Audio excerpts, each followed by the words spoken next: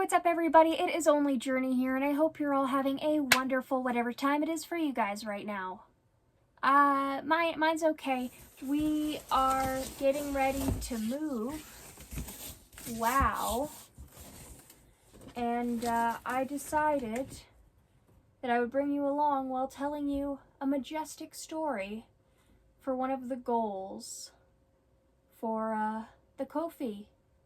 I did want to say thank you all to everybody who has already donated. I did have to raise the goal by $500, unfortunately, due to some stuff going on. I misconstrued some costs and that stuff, and I feel like a fucking idiot. I will be making a full docket of all of the costs when I am done with it.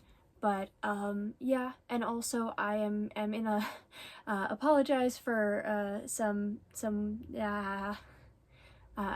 in a bit of a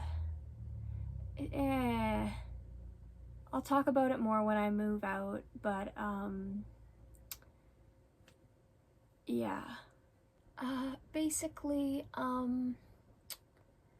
yeah, angry people and hot coffee don't mix.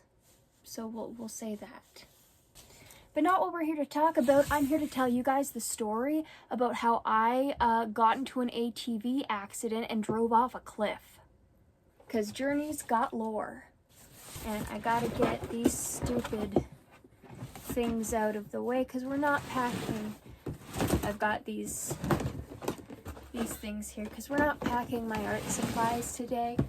We are packing some of my books along with some of my clothing and my computer stuff as well, because I need to start dismantling my desk. So unfortunately, we're going to be doing a lot of story times for a bit. Sorry. I think I should raise you guys a bit. I'm tinier, but Now, you're probably asking, Journey, when did you drive this ATV off of a cliff? Surely you must have been, I mean, at least a teenager or older than that. No, I was 11. You guys ready for tape sounds? I don't think you're ready for tape sounds. I wasn't ready for tape sounds. Flip the box. Ta-da. And I put this box on top of another box that I packed, so that's fun. So once a time upon, I went to my dad's workplace at the time, out in the middle of bumfuck nowhere. He lives there now. This story ends in him living there. This is also the story of how my parents got divorced. Now, I went over to my dad's workplace at the time. My older brother was there, my younger brother was there, my nephews were there, my older brother's friends were there. We were having a good time. We had barbecues. It was good. I forget what else happened there, but on the last day we went quadding. We were meant to return home that night. Meant to. My dad, my brother, all of them, they have the ATVs rolled up into the trucks. Rolled up. They're parked in the trucks. Journey can't word. I've been putting my board games in this. Would you guys like a board game series? Because my girlfriend was wanting to start dipping into this stuff, and we have like a ton of board games between her and I. Let me know if you guys would be interested in that. I feel like that would be fun. Ooh, tank top. No thank you, I need that. It's been a high of fucking 30 this week. I don't know how Chantal lives in Kuwait, you guys. Seriously, I'm surprised she's not melting. Homegirl, you good? You may be dumb, but you good? Now, I am scared as balls of riding ATVs, okay? Like, as a kid, even now, but specifically, much more as a kid, I was horrified of getting hurt, okay? Absolutely fucking horrified. So hell no, I did not want to start off by driving one, which is ironic given how this story panned out. But I still wanted to have fun because, you know, I usually was the one left out of stuff. I was the girl. Like, my dad, born in 1944, the women were meant to raise the girls. He looks at his female children, which he has 3 of, by the way, and he's like, I don't compute. What? I'll build you something. I'll build. Do you want something built? That's how I show I love you. I'll build you something. Do you want a dollhouse? Or a swing set? Do you want me to restore your 1960s Mustang only for you to rot it away in storage? Again, shade towards my eldest sister. You had everything and you squandered it, you biatch. Actually, I'm going to keep my D&D shirt out. Where was my other shirt that I wanted to keep out? I don't know. God damn it. But, you know, I still wanted to have fun. I still wanted to go up on the mountain. So my older brother decided he was going to take me on the back of his ATV. And I thought that was cool, so I held on for dear life. And even then, I was still worried I was going to fall off. We go up about 1.5 kilometers up the mountain, and I'm freaking the F out, and I'm deciding, I'm going into Dad's truck and riding the way back with him, because I can't do this. Poor little Journey was sensory overloaded. But then we hear a yelp. A distinct yelp from my eldest nephew. My eldest nephew is about 2 years younger than me. We will call him Xander. And Xander had somehow, I don't know how physically you could do this, but homie somehow got his leg stuck in the tire while he was driving it. This is my brother's shirt. Be gone, thought. I don't know how he does it. The Lord doesn't know how he does it. I don't know. Not even Loki knows how he does it. And my eldest brother kind of starts giving his son shit. And it's like, homie, your child is crying. I may be 11, but I'm criticizing your parenting techniques. But also, in all honesty, despite my family's protests, my brother is either insanely autistic or narcissistic. I don't know which one it is. But he doesn't like a lot of people, so I'm thinking it may be the tism. Which would make sense because our dad is a train guy. My dad is also an Elvis guy. So obsessed with Elvis. And the fact that my brother looked like Elvis, my brother ended up becoming one of those almost Elvis stars. I don't know. Funny how the world works, you know? Oh, the Autism University shirt, I can't pack that one away. Sorry to get political for a second, but I was wearing this shirt at work the other day, and one of the ladies that I do laundry for, pointed to me and asked me to come to her, and then pointed to this part of my shirt and said, "You know, most of the American politicians are at that stage." Go off, Miss Harriet. Anyway, my nephew is sobbing, he's crying, he doesn't know what to do, and there is nobody else available to drive that quad. Ooh. Now listen, man, I gotta say that my dad is a series of W's, but that man has also had a series of L's. And in this story, he does not come out looking great. But such is life. Doesn't make anybody a bad person just because one story paints them in a negative light.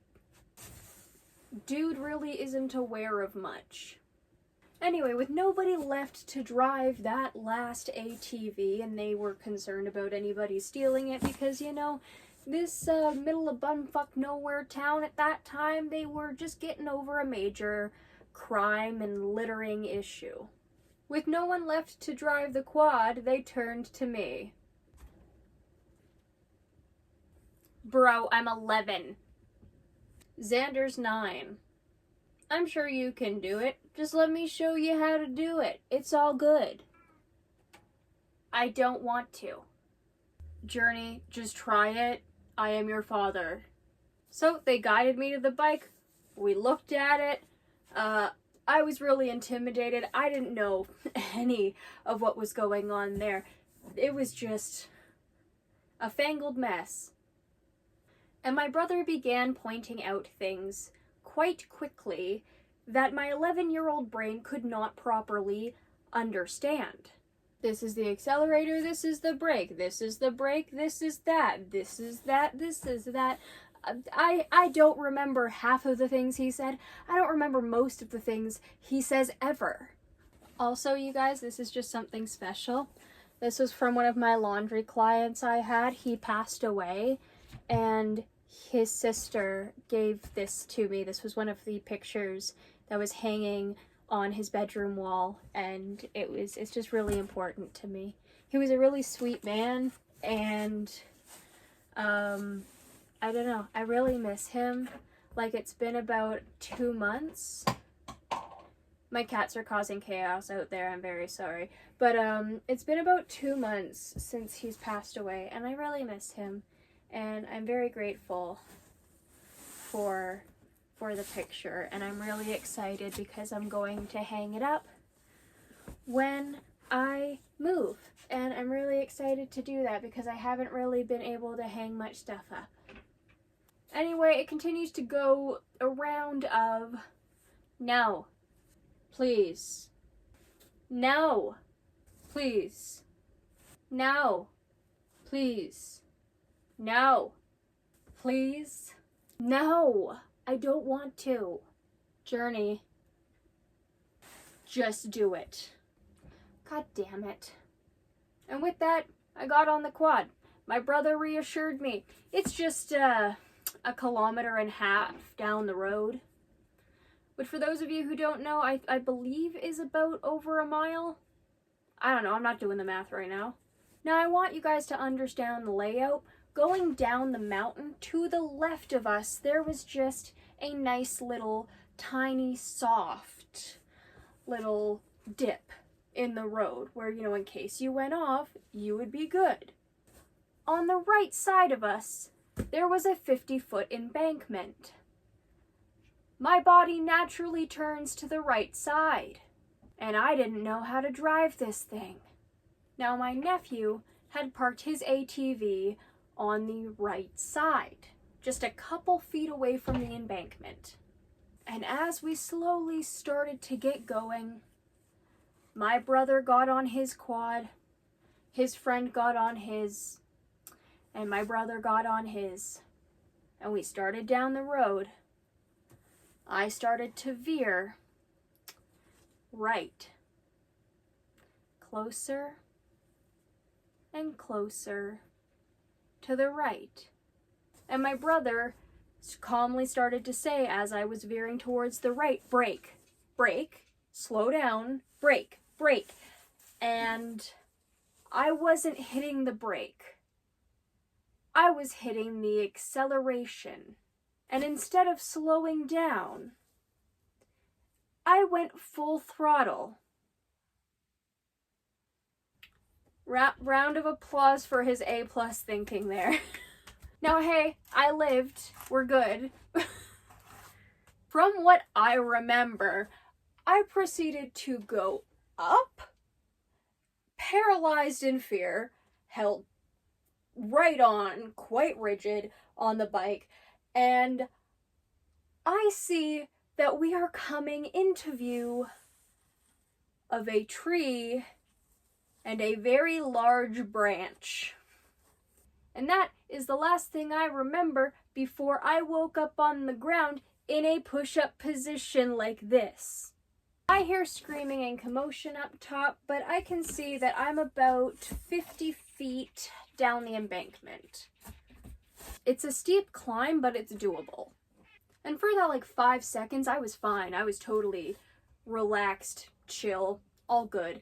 And then I hear my younger brother screaming for me.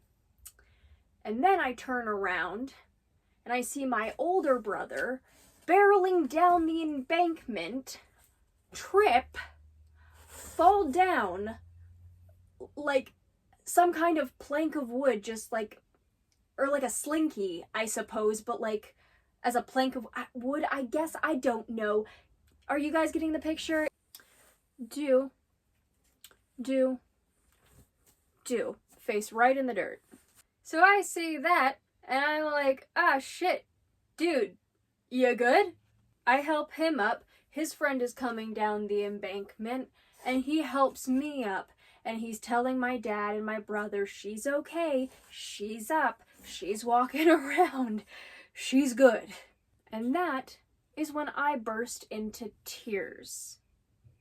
Because I realize what the F just happened was I drove off of an embankment. That was nuts.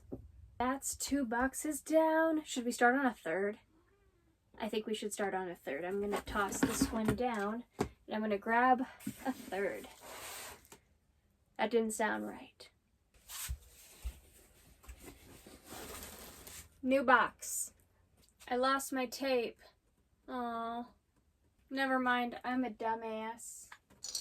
This is my skull jar. This is where I keep my dice. I'm sorry. No, I'm not. This is me as a baby. Aren't I cute? It's a Polaroid because it was the 2000s. In Canada, that was the 90s.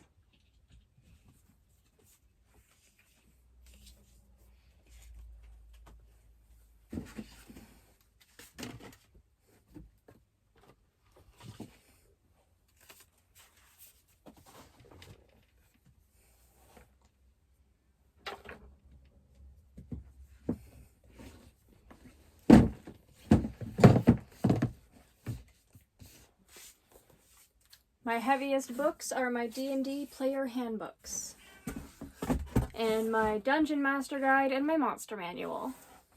But I also have like a bajillion stories I'm working on too. Not what we're here to talk about. Damn, you guys. You really have to start reminding me. So I get up that little embankment and I run into my dad's arms, who is frantic and like ah. Man, that was like, at that point, the most emotion I'd ever seen my dad admit. Also, let me know if you guys want any like actor handbook videos as well, because I went to school for that. Not actors' handbooks, but I went to school for acting. There is no school for making actors' handbooks, I don't think. My dad is grateful I'm alive. My little brother is freaking the F out and is hugging me and is grateful that I'm alive. I forgot what was going on because I had hit my head pretty bad. Nobody knew that though. So my dad plops me in his truck and I start to notice my external injuries as he goes to check on my older brother, who passes out at the sight of blood. And this poor 35-year-old man cut his arm open a little and had bonked his head on a rock, which was also quite concerning. Don't get me wrong, but you'll understand why I'm making fun of him next. My dad gets my also highly concussed older brother into the truck, and he's like,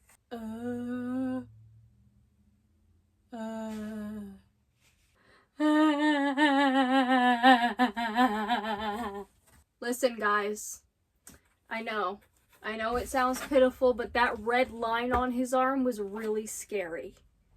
Now, what were my external injuries? There was a large gash taken out of this arm. I am very lucky that I don't have a scar.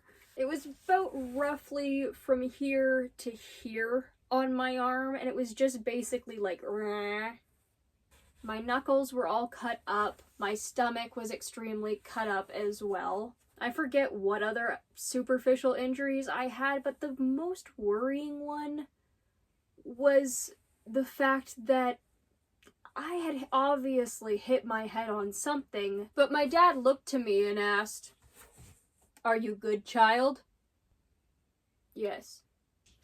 "Cool. I'm taking your older brother to the hospital. Bye." And thus he left me at the trailer park that him and my brother were managing with supervision, mind you, his friend and family friends who had watched me grown up and had babysat me before. So don't worry, we weren't in any danger. But my brain sure was. As soon as my dad and my brother leave for the hospital, I start to feel quite sleepy. I'm walking around, dozing off. I'm resting my head against trees because I'm so tired. And eventually I decide I'm going into my dad's trailer and I am going to bed. Don't know why any adults didn't question this at first glance, but that was a choice. I was okay in the end, don't worry, I don't blame them. Mostly. I'm woken up a few hours later by my dad's friends who are an elderly couple. That my dad and my brother have made it to the hospital. My brother's okay. He's gotten some stitches and staples, but homie passed out as soon as he saw a little bit of blood in front of his nurse, who was then very, very concerned and ran to get several other nurses in a hurry. While my dad was like, this is business as usual. Well, my dad's friends were, waking me up and I was half asleep. They were looking at my arm, and as I was waking up, his friend says, yeah, it looks like we're gonna have to amputate. Horrible thing to say to an 11-year-old girl as she's waking up, but fucking hilarious in hindsight. I immediately wake up, I'm freaking the F out, and they laugh, and I'm like, okay, they're joking, I'm good. They ask me if I want to go home. I'm tired. I say no. They were like, okay, that's fine. Good. Chill. That's probably easier on your dad. And my dad agreed. But then they said, Journey, wasn't a good idea that you were napping. So, for the next couple hours, you have to walk around and stay awake.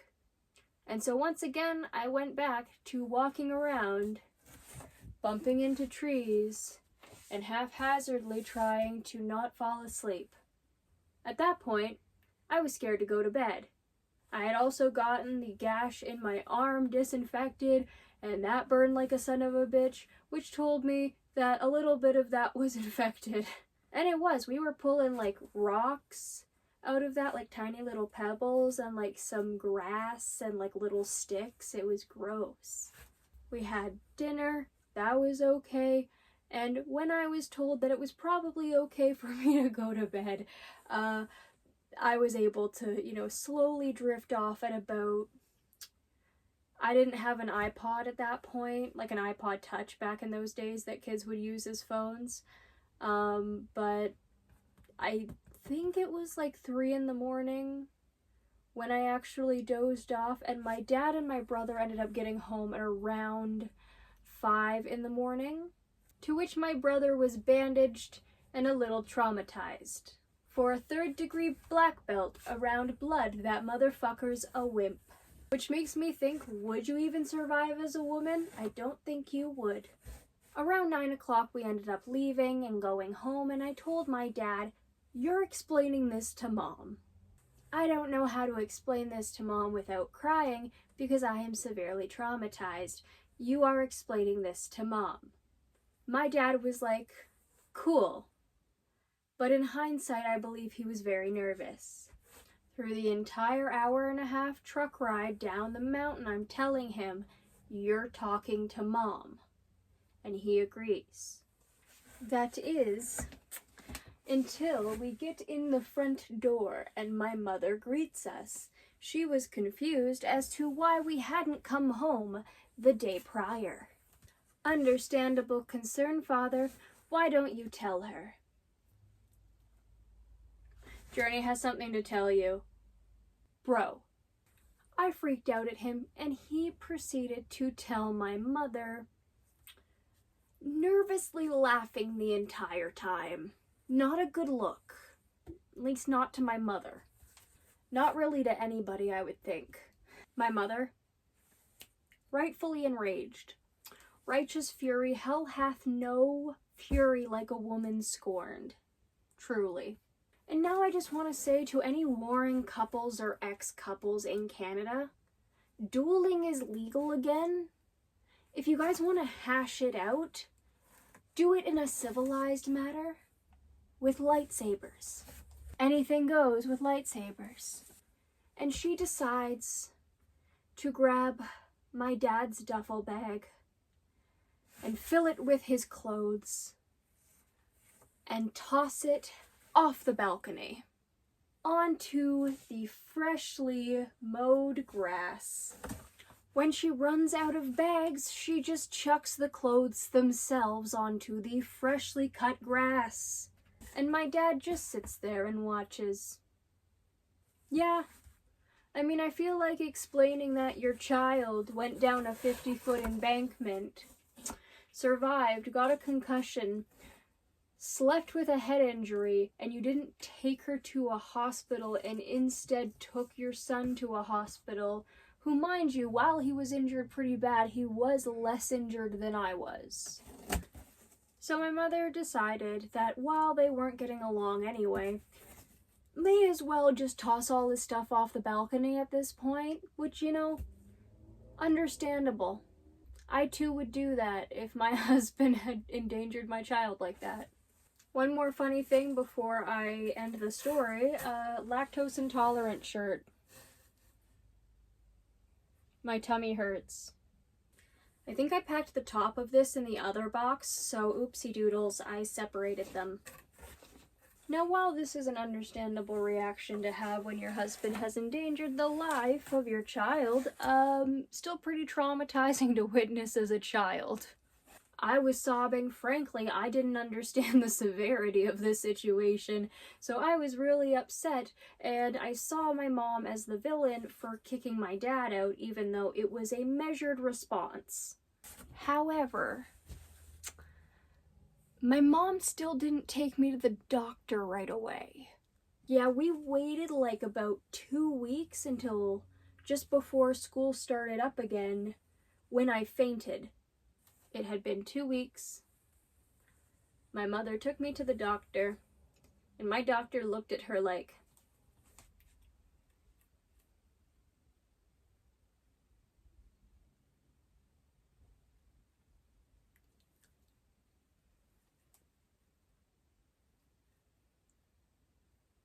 they had worked together when my mom was a nurse, and my doctor had also saved me from yeeting out of this world in the womb. So, yeah, my doctor was rightfully annoyed at both of my parents. Rightfully so. Even then, I feel like I still should have gotten some sort of scan, and I didn't. My doctor just was like, shit man, drink lots of water, bed rest, dark places sometimes, and don't do anything like sports, jumping around or any of that. I did that regardless and I came out okay. But I mean, like, who knows? Maybe that's what contributed to my really big drop in grades in middle school. Maybe that's what contributed to my ADHD. No, that's genetic, but it's a joke. I missed a couple weeks of school. I believe I missed like a total of like around 6 weeks of the 6th grade I was going into at the time. So I missed quite a bit of school. I had to make up those packets. That was difficult because I was also going through having a learning disability that I did not know. So that was fun. But the main issue at the end of the day was my concussion. Because regardless of my diagnosis, I already hate school, but that concussion made it so that if I was under fluorescent lights for too long, I would start to get really, really bad headaches. Pounding headaches. And sometimes I would just straight up faint for a couple seconds out of nowhere. That eventually cleared up after a couple weeks and I was okay. But there's the story of my ATV accident, and that's also probably how I got that dent in my head. This like little bit of my skull is like just flat, unless that's something everybody has. Like, I'm pretty sure I was not born with that, and I don't remember having that as a child. I don't know where it came from, but it's just like mysterious. Maybe I really should get checked out. Other than that, guys, that is the story of how I got a massive concussion and ended my parents' marriage.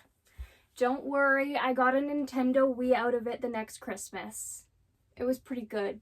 But if you like this video, please like, comment, share, and subscribe, and I will see you all in the next one. Bye-bye!